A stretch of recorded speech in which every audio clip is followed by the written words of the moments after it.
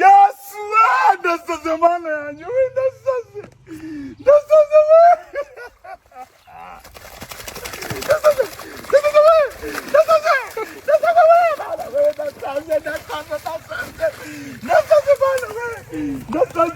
niyo abandi bose barorera Profete Joshua niyo abandi bose barorera Profete Joshua nzamuhorane we ndasaze we murara ndasaze Joshua Profete Joshua ATM mashini ndasaze aba content creators bose yaba abastari yaba bataraba abastari umenye ko turakennye nako murakennye aba content creators mwese murakennye mu kwimuwe z'Imana bro. Benda twemeraga benda twabonye akora ku mateleviziyo akora mu tubari twa danje nawe ari kwigaragurira gutya akigira kubera akagene ko ibihumbi senkani ibihumbi senkani nibyo biri gutuma yigaragura kano kagene.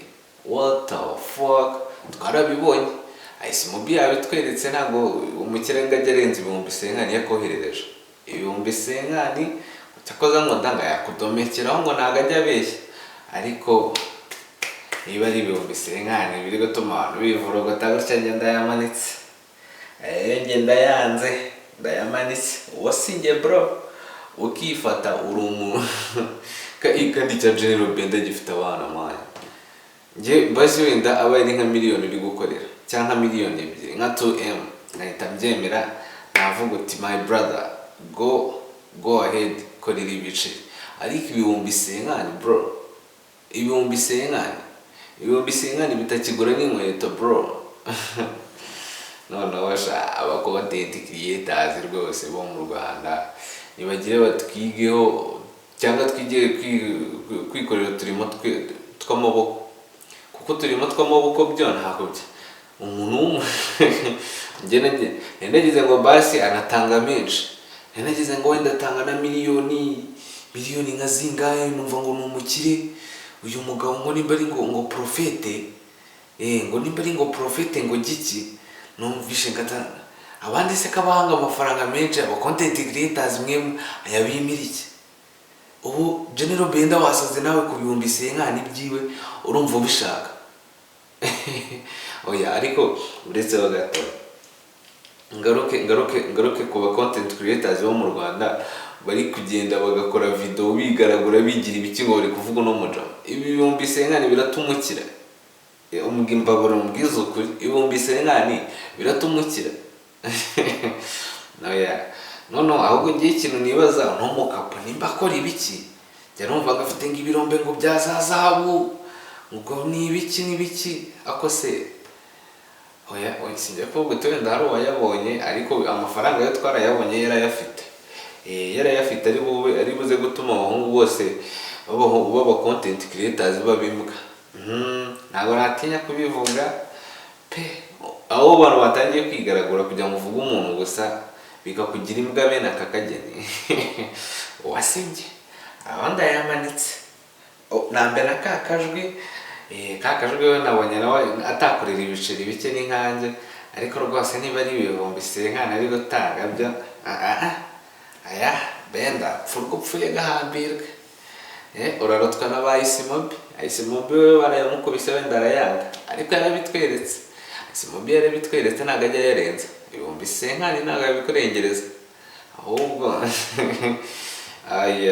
najyaga mbona bari abahungu baba bambaye utwango twa danje nkabona baba batayeho ibintu by'ibyenda bya danje mbona bambaye nka miliyoni kumbe ntabwo bajya batinya kwivuruguta kubera uduhumbi senkani bro urashaka uturimo tw'amaboko aho bukera urashaka uturimo tw'amaboko content zireke nta mafaranga arimo urazireka ujye gukora uturimo tw'amaboko, utangira ufata isuku uhinge cyangwa se ujye kuvomera abaturage, kuko content izosha nta muntu uzakiza. Nese ubu nimba umuntu twizeraga twabonaga abica bigacika kuri ku mbuga nkoranyambaga hose yatangiye kwivuruguta gutya ku bihumbi senkani ayayayay, ndakugaye, nanjye ndakugaye. Umugani wa Ismobi, ndabagaye aba content creators bo mu Rwanda rwose, ndabagaye. Yego sinabiyaguha, ariko amafaranga ntabwo amafaranga yo kujya kwigaragurira gutyo bro, kwigaragura ukimena hasi ugakubinda hasi ese ahubwo ikintu njya nibaza, ubundi uyu mujama ngo ni Prophete, kaba ashaka kwamamara cyane, kaba ashaka ko abantu ngo bamureba cyane, ubundi akora iki? Nyine ni icyo ashaka kutwereka. Ubundi umuntu wenda uzareba urugero nka Bruce Melody ye yasohoye indirimbo, aba ashaka ko abantu bamumenya bakamuvuga, kugira ngo iyo ndirimbo nyine imenyekane izamwinjiriza. Uyu we akora iki? Nyine ni iki kintu ashaka ko tumumenyaho? Ashaka ko tumumenya ko ari umukire gusa? Ibyo byose twarabibonye pe, nubwo mbihakana, ariko nyine ni iki aba ari kutwereka kindi? Nuko afite amafaranga, nuko akize cyane, nibyo byonyine aba ashaka kutwereka, cyangwa hari ibindi, cyangwa ashaka kuba umuhanzi? Wenda abaye afite nka kampani ari kwamamaza, ashaka ko itera imbere, byagaragara. Wenda abaye afite nka kampani ashaka gushinga, ariko yamamaza, wenda twabyumva. Ariko se ashaka gukora iki? Kuza kutwereka ngo ari kumena ngo amafaranga kizonyerekeye amene bagivuge. Ariko reka mubwire, Benda rwose, Benda wansebeje, njye nagufatiraga icyitegererezo, none begi imbwa nako we rukurutu Benda rwose, nabonye urwego rwawe, sinzongera, kuko uri hasi pe, uri hasi. Nakugaye sha muhungu wanjye, ntakirimo pe.